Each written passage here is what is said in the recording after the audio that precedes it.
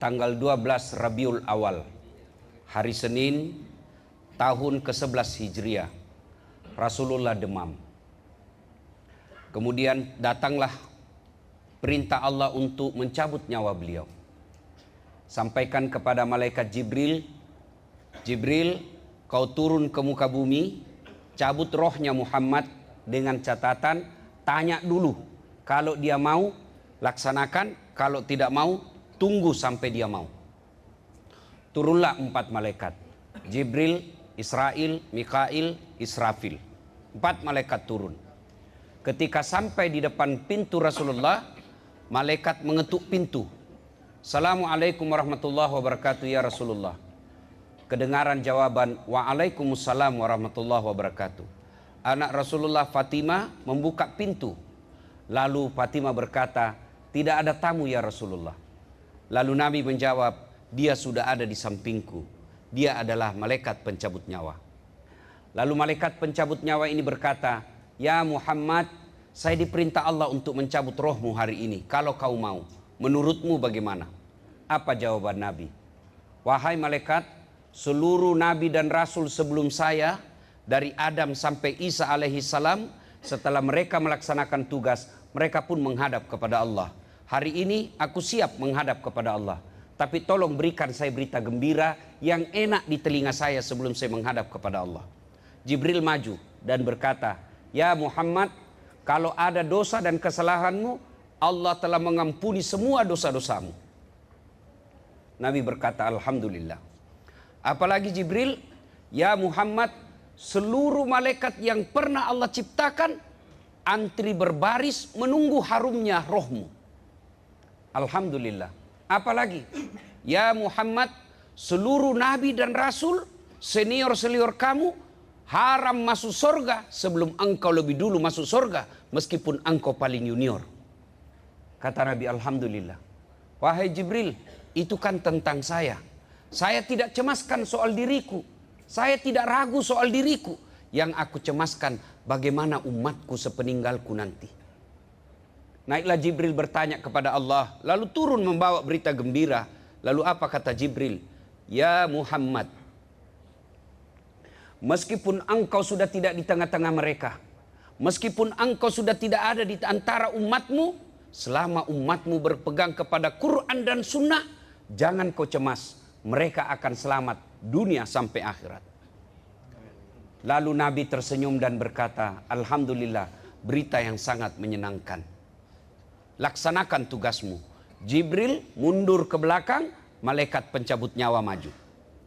Lalu malaikat pencabut nyawa berkata, ya Muhammad, sebenarnya saya tidak mampu melakukan ini, tapi ini perintah Allah yang harus saya laksanakan. Silakan laksanakan. Mulailah di rohnya Rasulullah meninggalkan badannya, meninggalkan ubun-ubunnya, meninggalkan kepala sampai ke tenggorokan.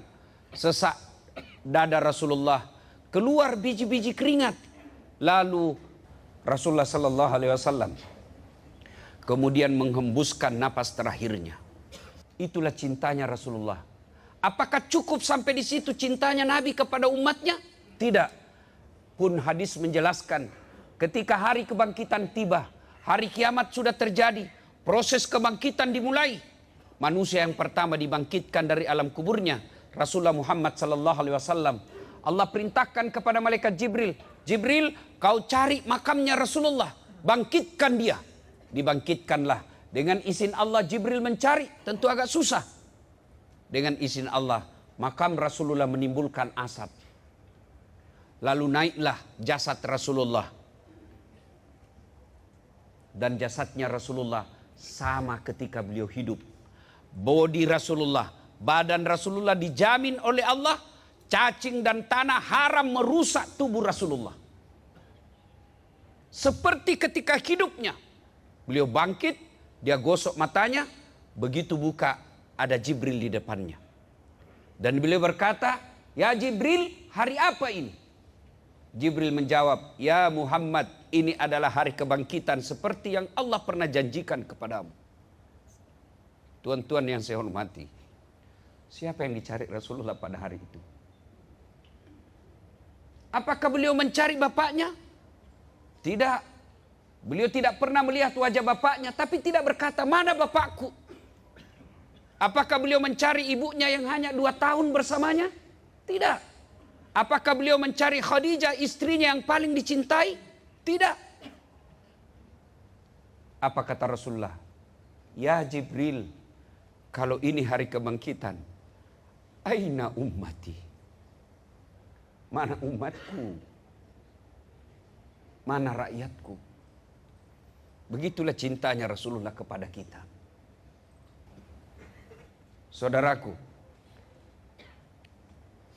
Nabi menyebut umat Islam yang bertemu dengan mereka, yang bertemu dengan Rasulullah, hidup dengan sesama Rasulullah, beliau menyebutnya sahabat.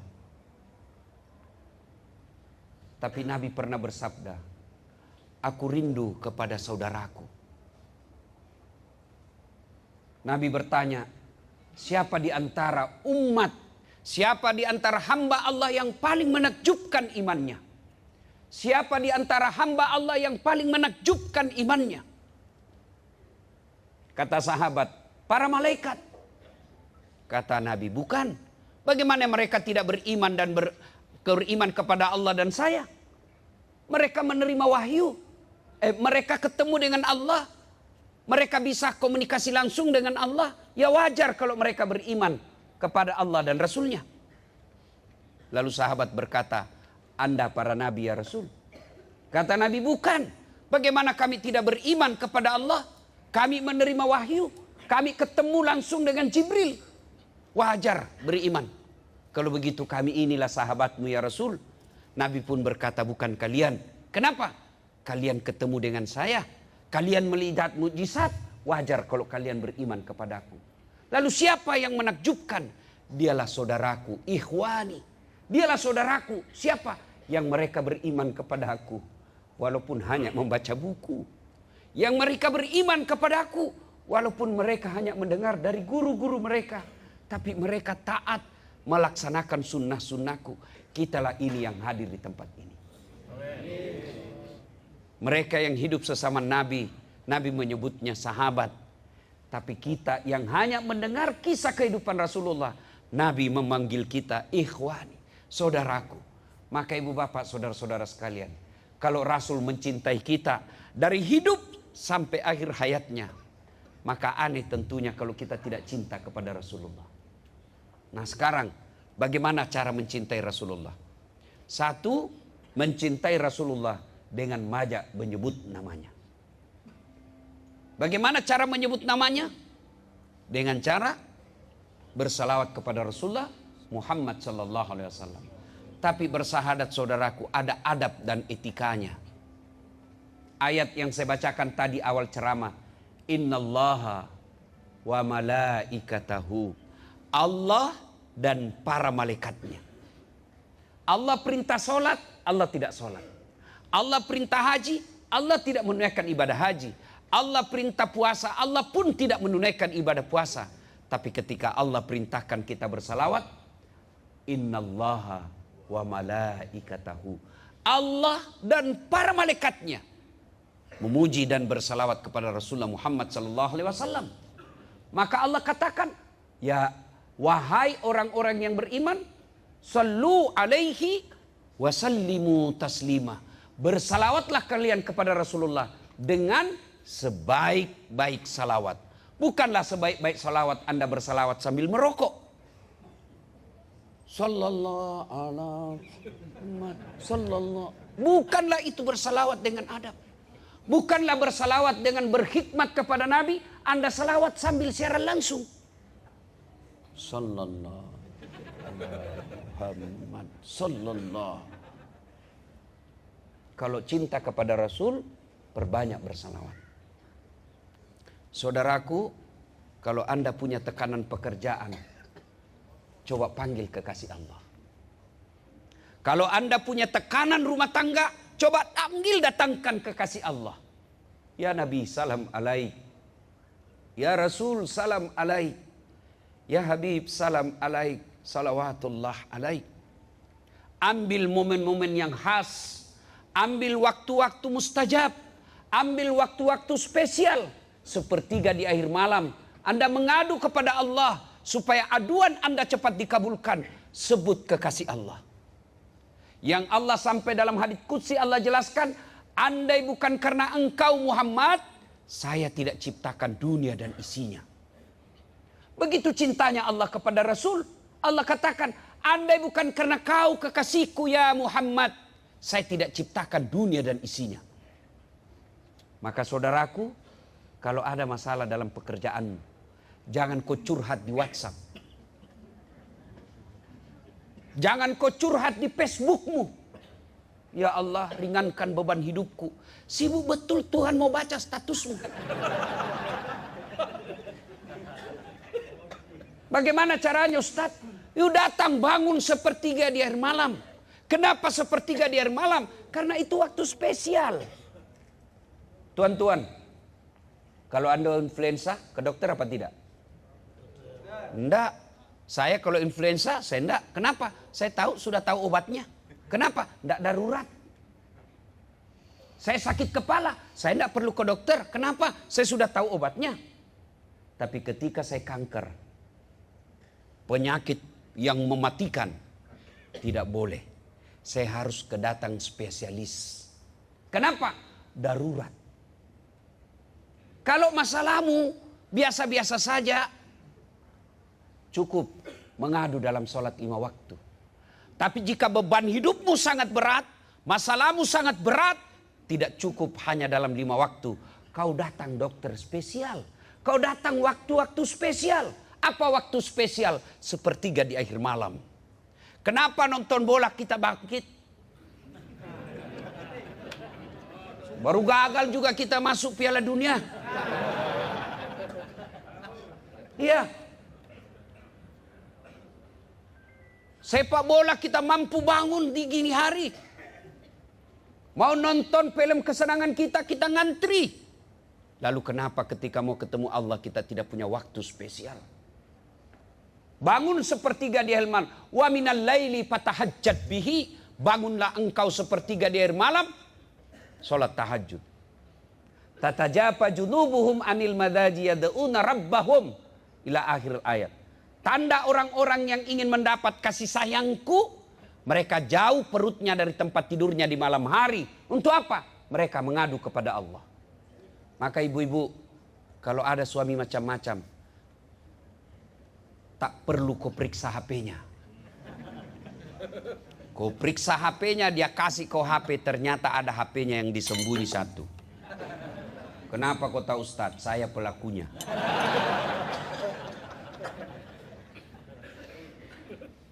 Tapi mengadu kepada Allah, zat yang membolak-balikkan hati, zat yang menjaga hati, minta kepada Allah. Kalau Allah yang melindungi suamimu, demi Allah, tak ada satupun perempuan yang mampu mengganggunya.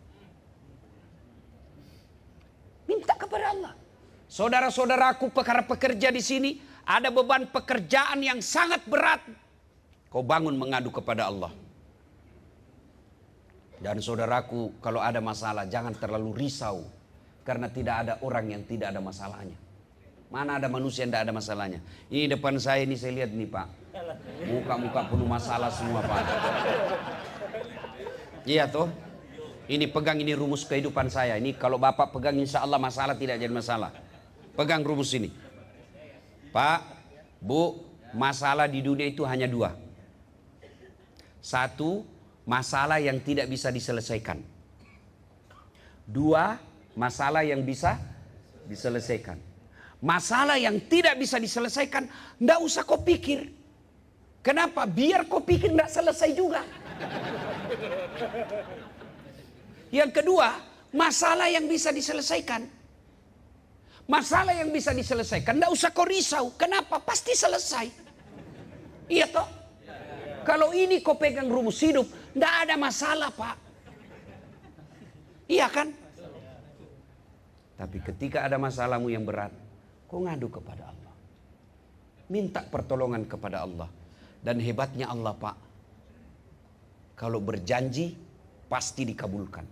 Kalau mengancam belum tentu. Kalau Allah bilang saya kasih masuk kau neraka, belum tentu. bisa jadi Allah memberikan ampunan. Tapi kalau janji Allah, pasti Allah tunaikan. Apa janji Allah soal permohonan? Ud'uni astajib lakum. Berdoa kau kepadaku, pasti saya kabulkan. Minta kepada Allah. Coba, tidak usah jawab saya Pak ya. Jawab dalam hati masing-masing. Ketika Bapak menghadapi himpitan hidup dalam hidup ini, ada masalah, pernah tidak Bapak amalkan ini? Bangun sholat hajat, menyebut Nabi sebanyak-banyaknya, mengadukan nasib kita kepada Allah. Kira-kira pernah Pak? Saya kira mungkin ada 1 di antara 1000 teman. Yang banyak ada masalah, curhat sama teman.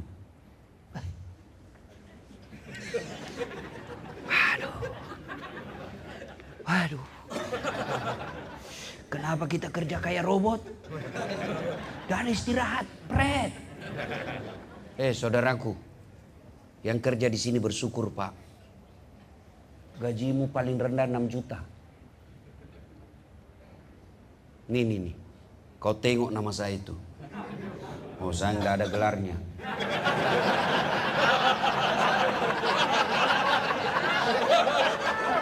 Tapi kau dengar tadi itu sebutnya MC, Doktor, Dasat Latif, SOS, Sarjana Sosial, SAG, Sarjana Agama, MSI, Master Science, PhD, Philosophy of Doctor, 2 S1, 2 doktor, doktor 1 dalam negeri, doktor 1 luar negeri, dan semua ijazahnya asli.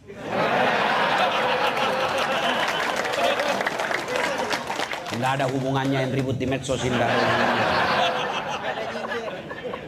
Iya kan? Bos, 5 saya punya ijazah, tingkat sarjana sampai doktor. Saya sudah mengajar di Unhas sudah lebih 17 tahun sebagai ASN.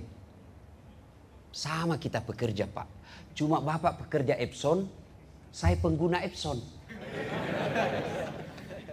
Iya. Tapi berapa gajiku Pak? Wallah, tidak cukup 5 juta. Keterlaluan kalau Bapak belum bersyukur. Tuh, dikasih seragam. Iya kan? Alhamdulillah, kasih makan. Dan bukan makanan 10.000 Pak. Bukan MBG Pak. Iya toh. Maka bersyukur. Cara bersyukur, kau kerja dengan baik. Kenapa kalian tidak bekerja dengan baik? Karena kalian bekerja hanya karena cari gaji. Coba kalau kau bekerja cari amal. Orang Islam itu Pak, kerja amal. Maka langkah kaki ibadah. Capek ibadah. Lembur ibadah. Caranya apa? Amalkan yang kedua tadi sunnah selawat. Yang kedua kalau cinta Rasul, amalkan sunnah Rasul. Apa sunnah Rasul kalau cari nafkah? Wudhu dulu. Bapak mau pergi kerja pasti mandi kan? Pasti mandi? Iya. Cuma bedanya ada mandi junub, Anda mandi biasa. Kalau sudah pensiun tidak ada lagi kayaknya mandi junub Pak ya. Nah karena pasti mandi, tuntaskan mandimu, akhiri dengan wudhu. Ini kan perkara gampang. Tapi Allah katakan orang selalu ada wudhunya. Innallaha yuhibbut tawwabina. Saya cinta kepada hambaku yang selalu dalam keadaan suci. Kalau Allah cinta kepada kalian bos, apapun yang kalian minta pasti Allah kasih. Maka wudhu. Supaya ibadah ini, kerja kita ini ibadah. Yang kedua, pakailah pakaian yang islami. Kalau Anda cowok jangan pakai yang sempit bajunya, celananya. Kalau Anda cewek pakai jilbab, jangan sempit-sempit jilbabmu. Yang longgar-longgar. Pedel. Boleh, boleh. Itu olahraga. Yang tidak boleh, kalau pakaiannya seksi. Olahragalah dia. Senam di depan kantor. Bajunya sempit-sempit. Ibu-ibu di depan. Bapak-bapak di belakang. Bajunya lagi tuh perempuan warna kulit. 1,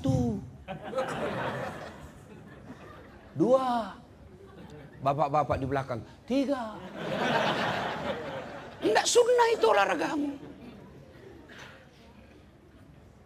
Nah, supaya pekerjaan ini jadi ibadah, laksanakan sunnah. Wudhu dulu, pakaian yang islami.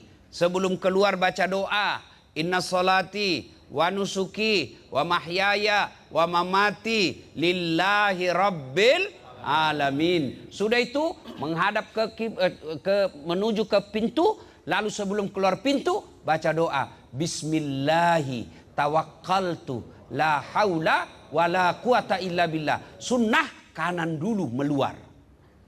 Kalau nenek saya ajarkan, ini namanya sugesti. Nenek saya ajarkan, jangan kau keluar rumah dalam keadaan tunduk, lihatlah ke atas supaya Allah berikan kau cita-cita tertinggimu. Sudah keluar, itu sunnah. Kalau cinta kepada Rasul, amalkan ini. Tapi apa yang kita amalkan? Mau keluar rumah, anak kita, bye-bye. Iya, Dedi. Dedi ya. Goodbye, Dedi. Kenapa kau tidak bilang, Assalamualaikum ya Habibi. Ada istrimu cium tangannya, suami cium pipinya, istri cium cuk, cuk. Saya istri saya begitu Pak, kalau mau keluar rumah, jabat tangan dulu, jidat lagi, kanan lagi satu, kiri lagi, ini agak lama sedikit. Istri saya Pak, halalan toyiban, halal. Sudah itu dia usap dada saya, lalu dia berkata, Ustadz ridhoi saya. Kalau begini, maka langkah kita jangan ke pahala. Dan orang ada wudhu, dia sudah doa, sudah tawakal, dia tutup auratnya, dan cari nafkah. Jihad. Itu jihad Pak. Jadi kalau Bapak mau berjihad, tidak usah ke Palestina, bikin repot. Bapak tidak tahu bahasa Arab. Gimana? Ya, kalau ada duit kirim. Yang merokok, berhenti merokok. Ya. Yang suka produksi Yahudi, berhenti. Ini ada baru-baru, ternyata kita ditipu selama ini bertahun-tahun. Katanya air pegunungan. Ternyata air bor. Ya kan? Nah, sudah itu kalau semua itu sudah dilakukan, itu Bapak jihad cari nafkah. Lalu kata Nabi, kalau itu kau amalkan, langkah kaki kananmu 1 pahala. Langkah kaki kirimu gugur dosa kecil. Nah kalau Bapak dari Tangerang ke Bekasi sini Pak, berapa langkah kakimu itu Pak? Apalagi kalau sampai di tempat kerja keliling-keliling, berapa langkah kaki? Apalagi kalau Bapak melangkah begini, Masya Allah. Nah Bapak Ibu Saudara-saudara sekalian, karena waktu kita terhad, ini saja yang sempat kita Pak. Jangan juga acara pengajian kau menghindari pekerjaan. Tak boleh begitu orang Islam. Dengar dakwah boleh, dengar dakwah baik, tapi menunaikan amanah itu juga kewajiban. Ya, saudaraku punya perusahaan ini orang Jepang. Jangan permalukan bangsa Indonesia. Kerja yang baik, jangan kerja karena cari uang. Karena kalau kau kerja cari uang, di akhirat kau tidak dapat apa-apa. Mana pahalaku? Ini pahala Epson Pak, banyak pahalanya. Kalau Bapak bekerja supaya orang yang kuliah, orang yang belajar agama gampang ngeprint, itu jihad. Maka jangan kerja asal-asal. Bayangkan kalau Bapak punya print, sampai tangannya Ustadz Dasat Latif, saya pakai ngeprint. Contoh. Iya kan? Nah, ternyata print itu dibuat oleh sedulur-sedulur, dibikin oleh saudara. Selama printer ini saya pakai untuk kepentingan dakwah, Bapak juga dapat pahala.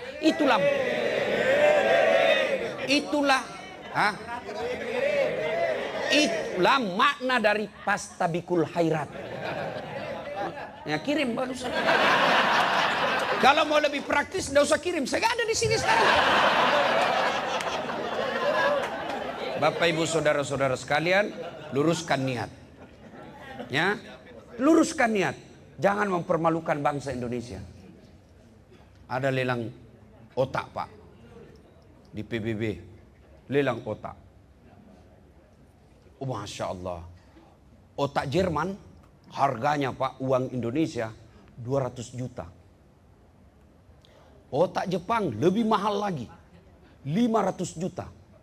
Otak Indonesia 1 miliar. Orang heran, kenapa mahal? Jarang dipakai. Masih original, Pak.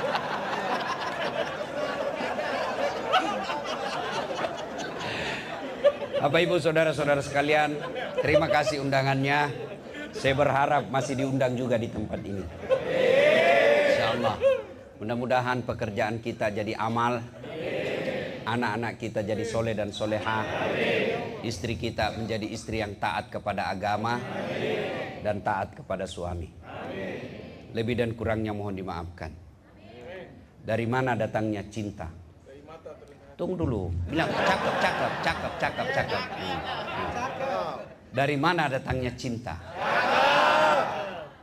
Dari Facebook turun ke WA. Dari mana datangnya kecewa? Setelah ketemu ternyata berbeda. Terima kasih. Usikum wa nafsi bitaqwallah. Fastabikul khairat. Assalamualaikum warahmatullahi wabarakatuh.